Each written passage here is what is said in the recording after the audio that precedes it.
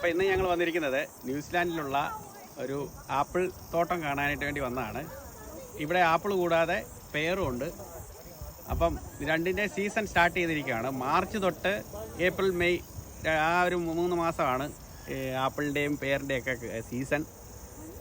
അപ്പോൾ ഇത് ന്യൂസിലാൻഡിൽ ഇതിൻ്റെ പിക്കിംഗ് സമയം സ്റ്റാർട്ട് ചെയ്തിരിക്കുകയാണ്, വിളവെടുപ്പ് സ്റ്റാർട്ട് ചെയ്തിരിക്കുകയാണ്. ഇറുകി പിടിച്ച് കായ്ച്ചിരിക്കുന്ന ഒരു കാഴ്ചയാണ് ഈ കാണുന്നത്.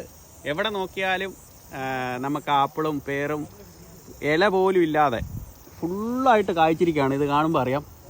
ഇതുണ്ടോ, ഇതിൻ്റെ അടിവശമൊക്കെ കണ്ടോ? ഒരു മരത്തേൽ ഇത് താങ്ങി നിൽക്കാൻ പോലും ശേഷിയില്ലാത്ത രീതിയിലാണ് ഫുള്ള് കായ്ച്ചു കിടക്കുന്നത്. അതിൻ്റെ ആ ഒരു കനം കാരണം വളഞ്ഞിരിക്കുകയാണ്. കേരളത്തിൻ്റെ കാലാവസ്ഥയിൽ നല്ല രീതിയിൽ കായ്ക്കാനായിട്ട് ചാൻസ് ഉള്ള ഒരു പഴവർഗ്ഗമാണിത്, പെയർ. ഇത് 2 വെറൈറ്റി ഉണ്ട്. ഇത് പച്ച കളറിലുള്ളതാണ്.